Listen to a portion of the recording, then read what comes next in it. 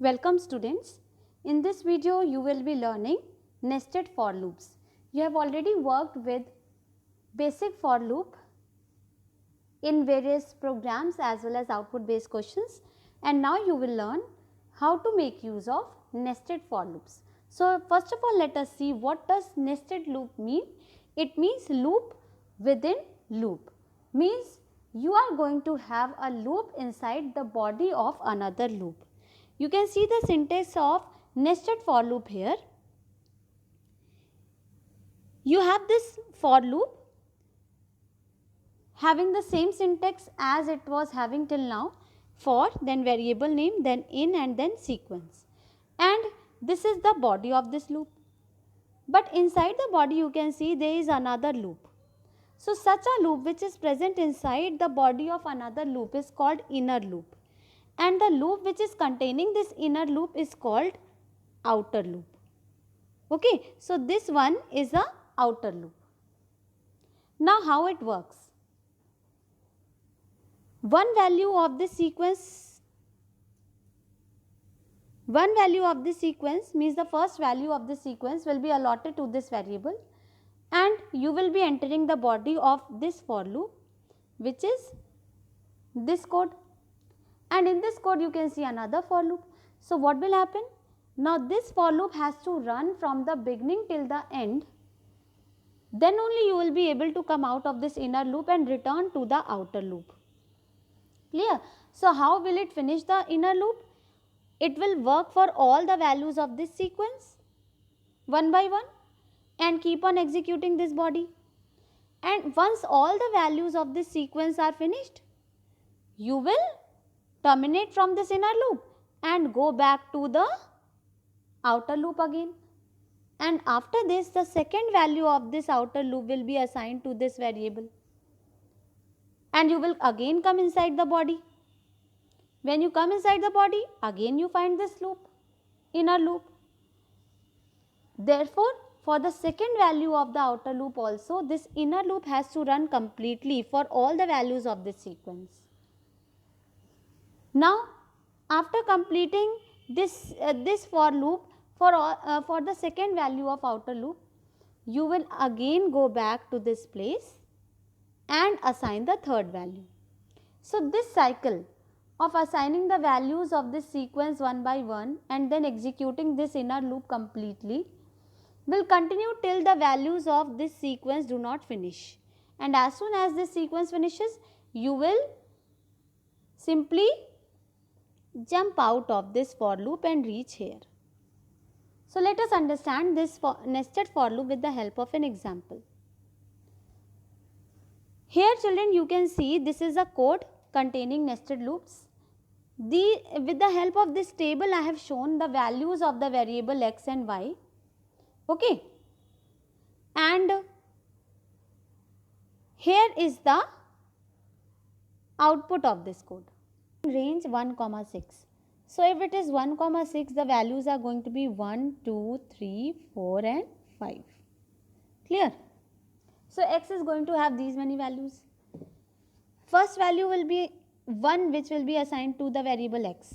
So when 1 is assigned, you come inside the loop and you find that there are two statements, this and this. So first statement is the for loop, so it has to complete this for loop and then reach this print statement. So y in 1 comma x plus 1. So what does this mean? X is 1. So 1 comma 2. 1 comma 2 means it will run only for 1. So 1. So you come in the body of this inner loop and print y. Y is printed. See, it is 1. And then end argument is null string, so line is not going to change. When you go in this sequence again, you find that the sequence is over. So you come out of this for loop and you execute this statement. Now in this statement, what will happen? Line change will only take place. So see, cursor came to the next line. Then 2 will be assigned to the variable x. And while this loop for y will be running from 1 to x is 2 na, so it will be 3. So 1 and 2. Value of x is 2 and the value of y will be 1 and 2. So when it is 1, 1 is printed. When it is 2, 2 is printed.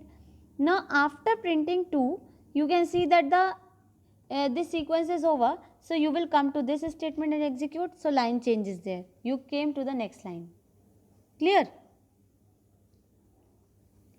After this, 3 is assigned to x. 3 is assigned. So this loop will be running from 1 to 4. That is 1, 2 and 3 only. So when it is 1, 1 is printed. When it is 2, 2 is printed. When it is 3, 3 is printed. And after this the sequence vanishes. This sequence vanishes. So you come out and execute line change. Cursor came to the next line. Now 4 is assigned. 4 is assigned to the variable x. So this will run from 1 to 5. Values will be 1, 2, 3 and 4. So when it is 1, 1 is getting printed. See here. Then 2 is getting printed. Then this 3 is getting printed. Then this 4 is getting printed. And after this sequence finishes, so you come to this line and execute line change. So here you come to this line. Then after this 5 value is assigned to x. Okay. So this inner loop works from 1 to 6 because x is 5. So 1 to 6 means, see here, 1, 2, 3, 4, 5. Okay. 1 to 6 here means 1 minute. 1 to 6 means 1, 2, 3, 4, 5. You can see here also. Okay. Now 1 is assigned, 1 is printed, 2 is printed, 3 is printed, 4 is printed, 5 is printed. And after this sequence finishes and you come to this line. Line change occurs. And now when you come back to this sequence, you find that all the values of this sequence are also complete. So you simply jump out of the for loop. Clear? So this is how your nested loops work.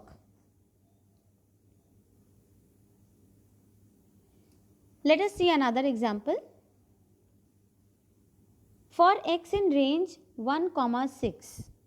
So again this loop is running from 1 to 6. Therefore, the values of x will be 1, 2, 3, 4, 5.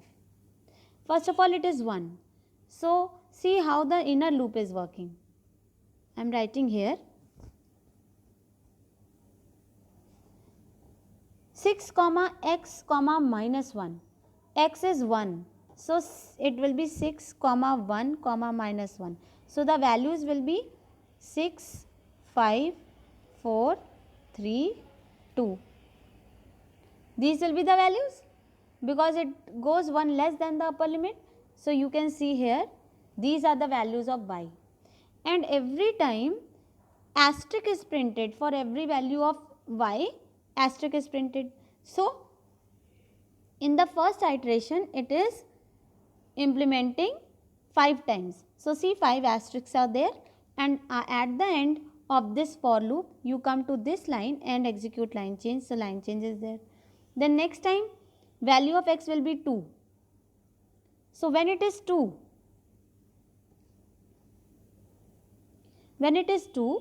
so this would mean 6, 2, minus 1. So the values will be 6, 5, 4 and 3 only. Okay. So when it is means this loop has to run 4 times, right? I am not making use of y inside the loop body.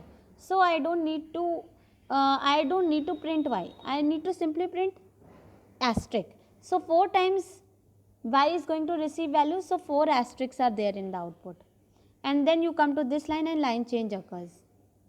Then 3 will be assigned. 3 is assigned. So the values will be 6, 5 and 4 for y. Because this time this is 6, 3, minus 1. So values are 6, 5, 4. 3 times the loop is running. 3 asterisks are there. Then line change will occur because of this line. Then 4 will be assigned. If it is 4, then 6 and 5 will be the values for y. So it will print asterisk 2 times, and then because of this line change occurs. Okay, and after this the value of x will be 5. So if it is 5, then this particular loop is running from 6 to 5 at the step of -1. Okay, so 6 comma 5 means only 6 is the value that will be assigned to y. So only one asterisk will be printed, and because of this line change will occur here. Okay, so this, after this, when you go to this loop, you will see that all the values of this sequence are also finished. So you simply come out of the loop and the work is over. So this is how you get the output. Clear? So this is the way nested for loops work. I hope all of you must have understood. Thank you so much.